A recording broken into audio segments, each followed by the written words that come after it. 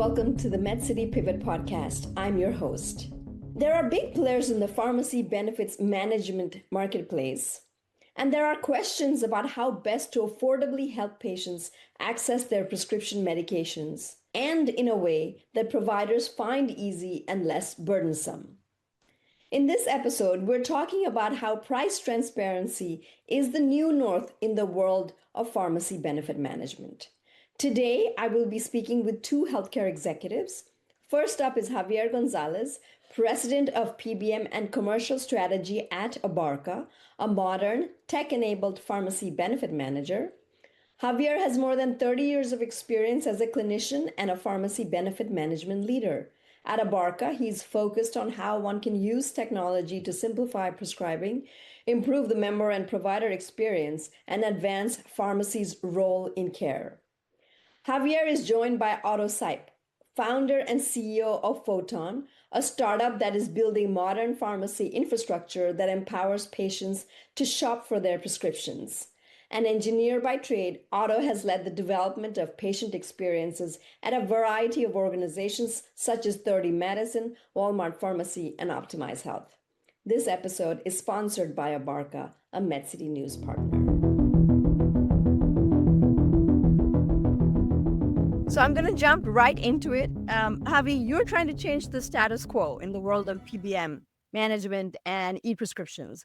So let's start with painting a picture here. If you are a clinician today and using the tools and infrastructure most commonly used, what are some of the frustrations? Describe for me what pharmacy benefit management feels like today for clinicians. Well, I would say, look, everything is relative. And when we think about where we've been, 10 years ago versus where we're at today, I think that there's been a lot of progress made. Having said that, I still think that what we're hearing from our providers is, still a fragmented experience, right? Fragmented, a lot of information asymmetry, right? Because all the information exists, for the most part, right? PBMs have their pieces of the pie, providers have their pieces of the pie, but there's not the ability to connect it in a way that can create a better experience. So there's, just think about these physicians, they're fighting with DTC ads, patients coming in telling them they should be prescribing this. They're fighting with, all these different formulary designs that vary, and there's not a lot of standardization in terms of, in pharmacy, long time ago, we decided that we needed to build a standard, right? And so every pharmacy transmits and interacts in a very standard way.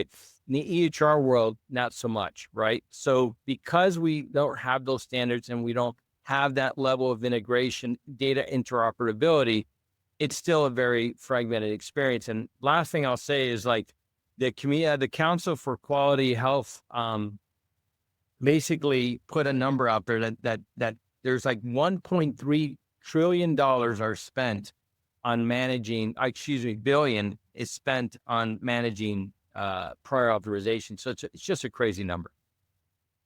We're going to get to prior authorizations in just a second. But Otto, a similar question for you. What specifically is Photon looking to change in the world of e-prescribing?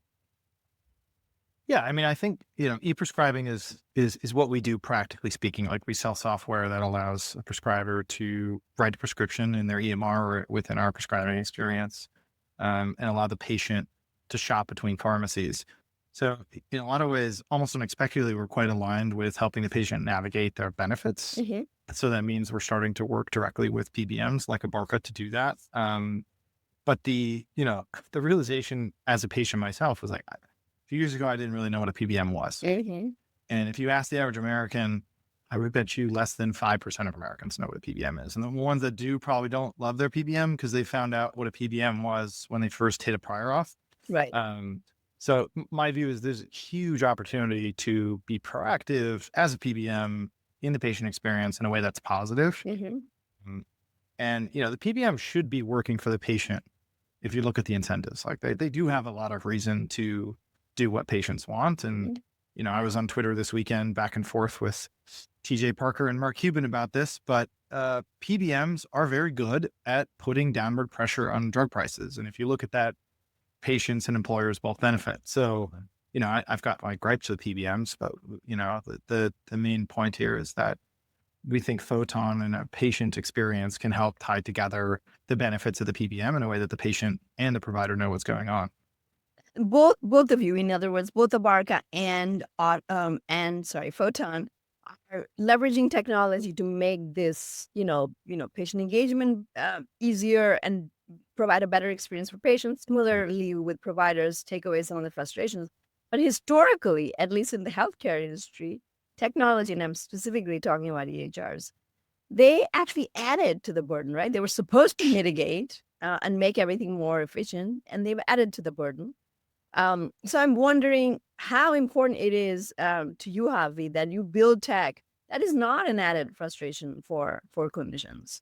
No, I think that's a great insight. First thing is, at Abarca, we've really have focused on trying to leverage a modern platform to try to take advantage of newer technologies, APIs. We realized a long time ago that we weren't going to build every solution that we could deliver to the market to keep up with the speed of health, right?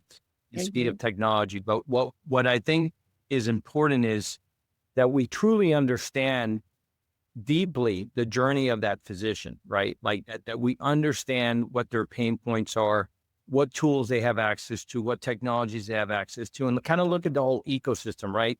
Historically, we've been really focused on partnering with pharmacies and figuring out, through the NCPDP world, how to deliver and process, over 225 million claims a year, right? But again, it's because there's a standard. And so what I think the biggest barriers, I think that as I alluded to in my first response is, workflow disruptions. Physicians are having to get out of their workflows to go into some portals to try to figure things out. That's just very clunky.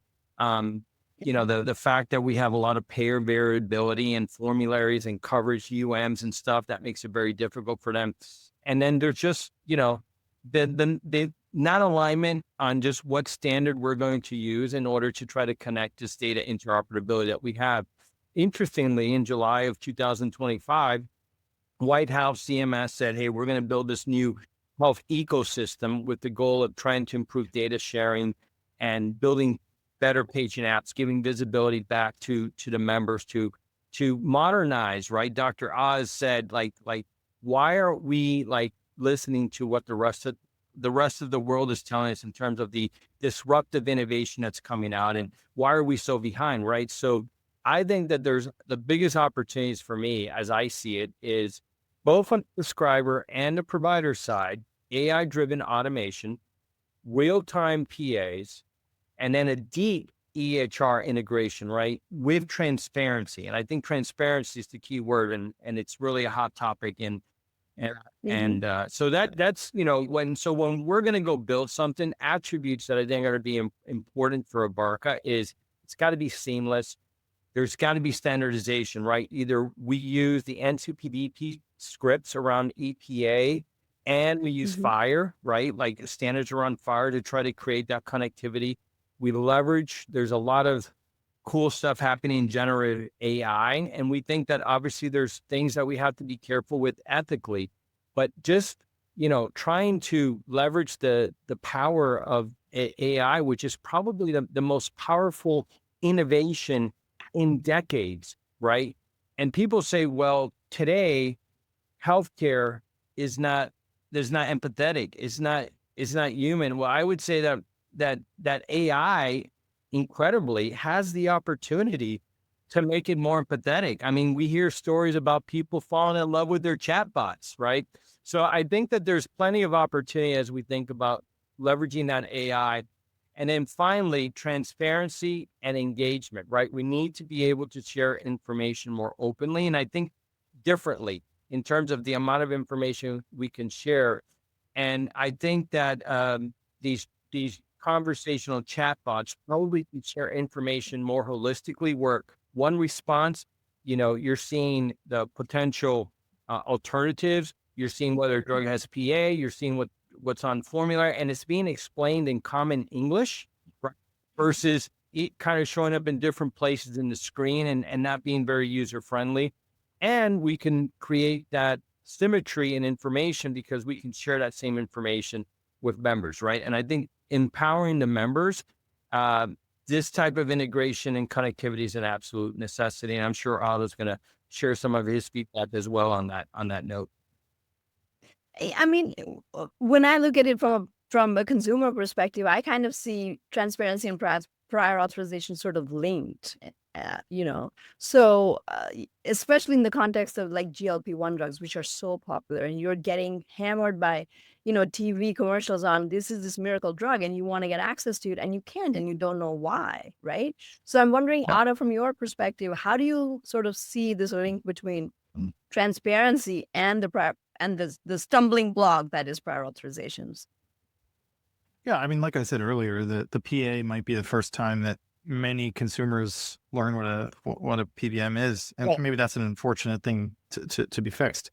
But yeah, also to connect to the previous point on technology, I think pharmacy's still in like some pretty early 2000s tech stack mode right now, and I don't literally just mean the technology that's being leveraged in a pharmacy. I mean the patient experience is barely online Right. in a lot of cases. So, we kind of joke internally at Photon that we're deploying some just like nice 2010s tech to pharmacy, like texting. Right. Couple that with a lot of 2020s tech, namely conversational AI and voice bots. We do a lot of calls to pharmacies. Yeah. I think that's the answer to your question of how you make the prior auth process or any exception. Like we kind of think of a prior auth as a generalizable exception that occurs at the pharmacy.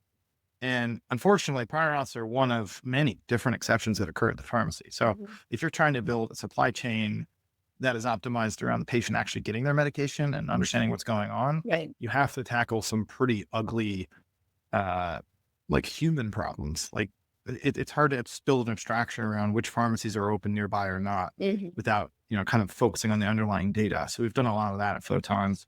We've done a ton to understand, a dozen different specific things that can go wrong at a pharmacy with AI and then signal that to the patient in a way that they know what to do. And there's a lot of, this is something the patient can handle on their own versus something that actually needs clinical insight. So today the status quo is anything that goes wrong in the pharmacy, either nothing happens, which is bad for everybody involved, or the pharmacy calls the doctor. So we are growing very rapidly because we're able to sort of like empower the patient to do this on their own. And that's your answer on prior auth. Like there's so much that could be done, on a patient's own. And for me, just springboarding on that is, how about we do real time prior authorization so that it never has to be prior auth, because we're sitting on information, or we can connect with the information in such a manner that we can create automatic flags in the system to circumvent, right? Almost a form of gold carding, if you think about it, right? Yeah, Totally. we're at the brink of really a very high threshold of physician burnout. And, we're seeing organizations like United Healthcare saying, hey, we're going to remove some prior authorizations. We're seeing Texas adopt gold carding. And I think there's a lot more legislation forcing a lot more transparency and trying to get rid of some of the barriers, right, that are really affecting increasing abandonment of prescriptions, because now people and there's indirect costs that are probably quite significant if we don't try to figure out a better way to solve this. I mean, and if I'll add on to that, it was hard to interrupt, but if I know that super quickly, if we learned anything from like the RTBC push from the last 10 years, there was a JAMA study, early this year that kind of, got some rounds online, flaws in the study or not, pretty clear that RTBC writ large on a large population of prescribers isn't well utilized. So my view is really can't afford to do the same thing with prior auths, where we create yet another workflow for a clinician to click through when they're not really incentivized. it is very clear to me that as a patient, like if I want to get access to my medication, like I'm the one who's incentivized. Right. So you need to put a workflow in front of the patient. Same thing goes for cost. And I do think writ large, PBMs are waking up to that lever. And shout out to Barca for, some forward thinking here. And expand the acronym RTBC for me, Otto. Yes, real-time benefit Yep. check or real-time patient benefit. Right.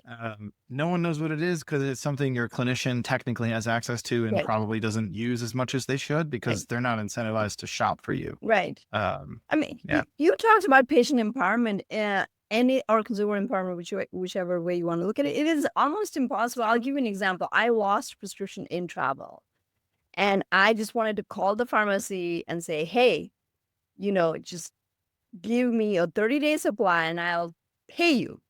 They could not. They didn't know what it cost. Neither did the care. And I was like, what? And finally I did a good RX and I took a coupon and I just bought whatever I had to buy, bypassed insurance. It's shocking that the people in the marketplace selling these products do not know what these things cost.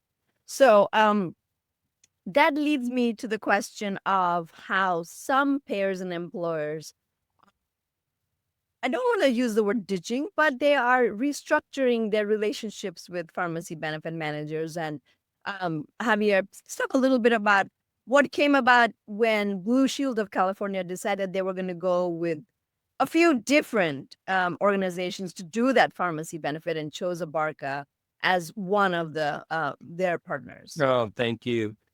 Look, it was at the time when it was announced, it sounded really crazy, right? That an organization like Blue Shield would take that chance to go and build be a trailblazer and build a new model, right? To compete with the existing traditional models out there. And they did their homework. They really worked hard. They looked at the process was extremely rigid and full of, a lot of details, a lot of challenges for people to have to overcome because their vision was just really futuristic in terms of what they wanted to do. And so, I think the reason what drove that, in my opinion, right, is their drive to really reimagine the prescription experience or pharmacy experience, right, for their patients. And they really had a North Star around transparency and really changing that experience, right? And most large health plans who work with captive PBMs, right, they don't have the ability to, they have to basically to one size fits all. They have to take the strategies of the big PBMs. They have to take their existing cost of goods or network partners.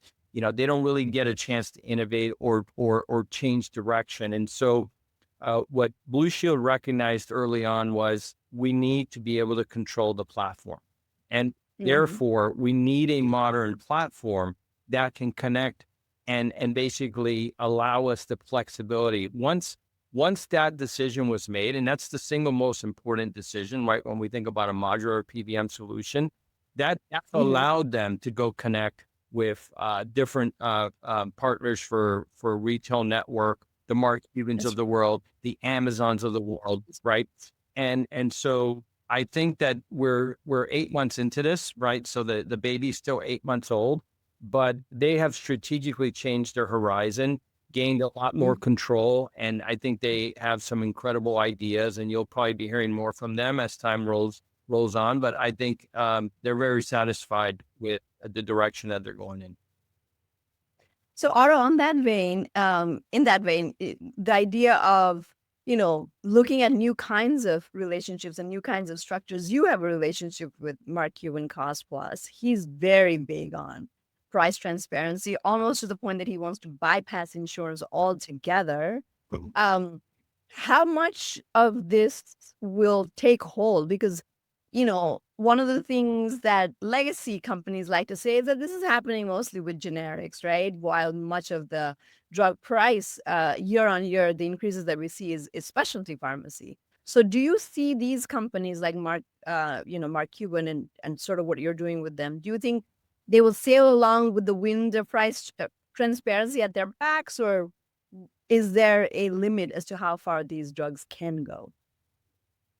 Yeah. So, I mean, I think what's important to emphasize about Photon is that we have a relationship with a lot of pharmacies. Like we are a marketplace, the Right. same way a PBM works with a lot of employers and a lot of pharma companies or a lot of pharmacies. So like we're trying to take a similar vein where we're building an interface for, like for example, in Mark Cuban's case, to put an offer in front of a patient and have a patient choose that offer. Right. So in a lot of ways, we're seeing some pretty incredible stuff where transparency is more important than prices being net lower. Interesting. And more important than that, convenience wins the day. Yeah. So we're probably going to put out like a more seminal study on this. We're still, it's kind of hard to sit down and build a white paper. We're talking about it today, but Right. we want to sit down and say, okay, this is how consumers behave in the marketplace. And we're doing a ton of really careful data analysis to understand why patients do certain things. But writ large, convenience rules the day. And that makes a lot of sense. You want to know you're going to get something for sure at a certain price versus get it as quick as possible and as cheap as possible. So I think if you think about how you make your own decisions about care, it's not always that urgent to get something. And, if it is, it's going to change where a patient goes. So Yeah.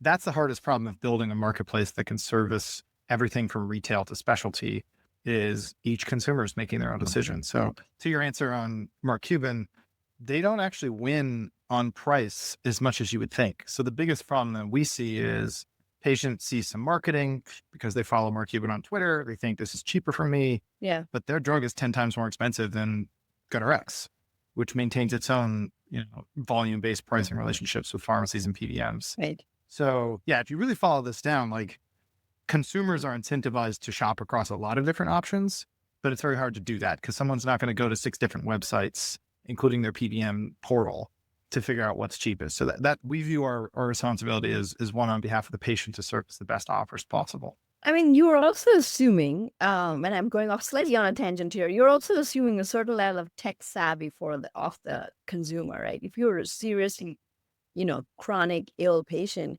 do you have the luxury of going to Photon or going to Mark Cuban or going to 5-6 different sites? How do you actually serve like the really sick folks?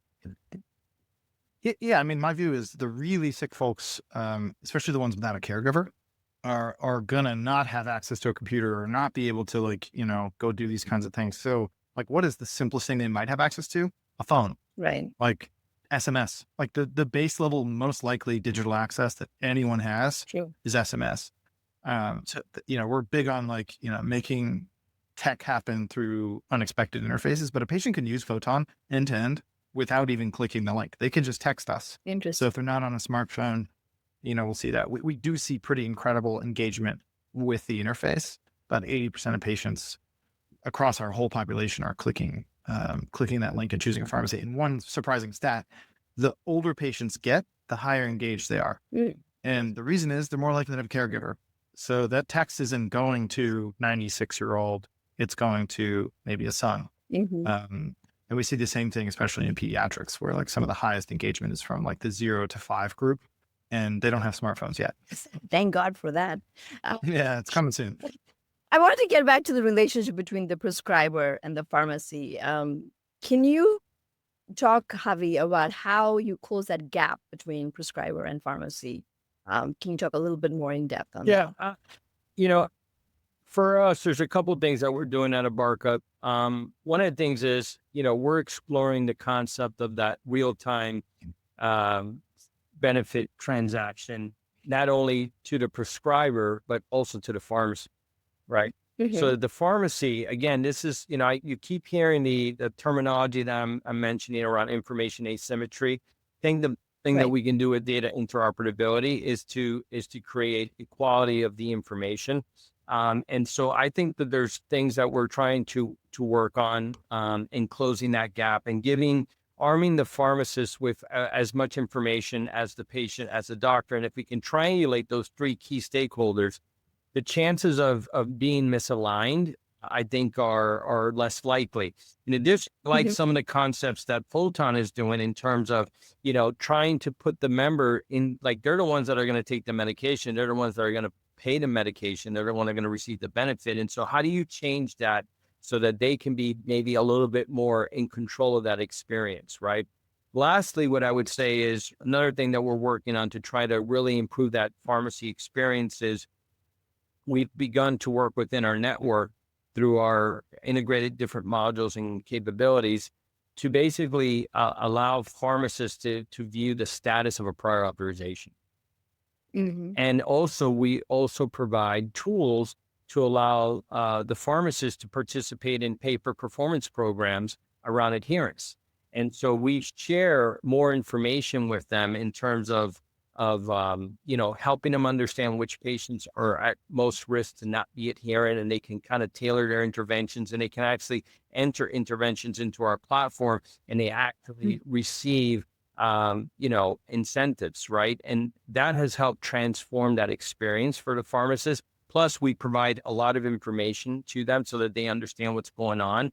And we think that's helped us bridge some of the friction at the pharmacy. And it's just about trying to connect the data, right, more effectively. Absolutely. And then finally, Otto, I wanted to talk about regulation.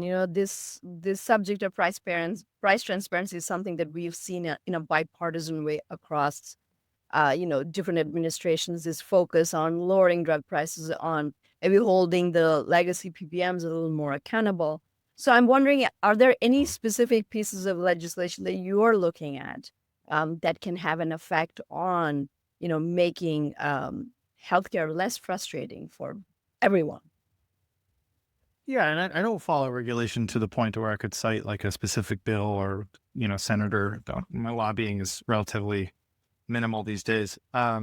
But there's like two major trends that I'm really excited about. Yep. One is the Trump administration pushing for D2C from pharma. And this might be a little counterintuitive on a podcast about a PBM, but I do think the D2C push for being able to surface net prices to patients Right. is really powerful. And that actually connects to something else that's been happening from the previous Trump administration or the first term of the Trump administration, where they passed rules on price transparency, where PBMs were required to list pricing sheets, including net pricing. Right.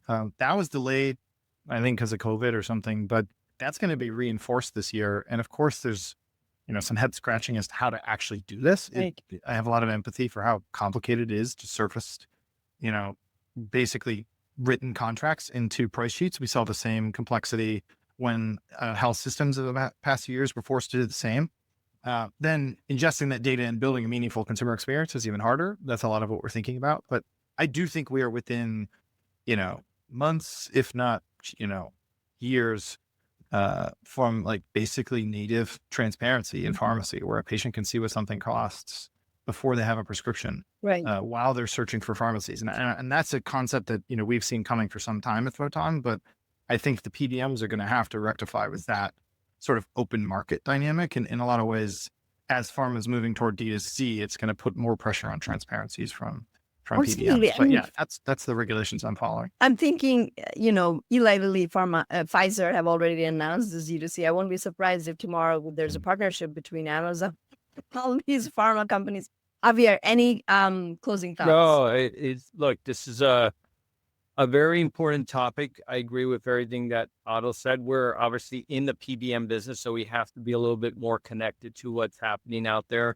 But a lot of the PBMs, a lot of the bigger PBMs see what's happening as significant headwinds to their business model, and Abarca sees it as significant tailwinds. And the things that Otto was talking about, like enabling patients to be able to see their actual prices and be able to see options. Since we don't own any pharmacies, we don't own it, we don't own specialty, we don't own mail, we don't own retail. We think that there should be more openness and transparency so that a member of the point click can understand and they can make the option of where they want to drive that prescription. So I think that's super important. Getting back to Lana Light, what's out there. When you think about what's happening with FTC, which that's still, on their view on the big PBMs and the steerage and the opaqueness of the model, I think there's a lot of things that are happening at the federal level, at the state level, okay, that are promoting and pushing transparency, full pass through, delinking. So PBMs can't make dollars or can't make revenue based on the cost of a prescription. We're looking at, from a Medicaid perspective, we're looking at banning spread pricing. Even with some states, they're asking employer, or they're demanding that employers get some type of reporting to demonstrate the pass through and the transparency. So I think that this is going to continue. Last year, a lot of these bills almost passed. Mm-hmm. They more than likely will come back up, and so I think at Abarca we're preparing for those opportunities. I think, like I said, I think we embrace it. I think there's opportunities to really transform the current PBM model that we have, and we're here for a reason, right? Because integrity is very important. Trust and integrity is very important in healthcare. And we Mm-hmm. think that there's a better way to deliver a better solution. So we're excited about the future. Well, thank you to both of you for spending some time with us. This is truly an important topic, and I think it is coming up in the consumer consciousness too. People are paying attention. So thank Beautiful. you. Thank you.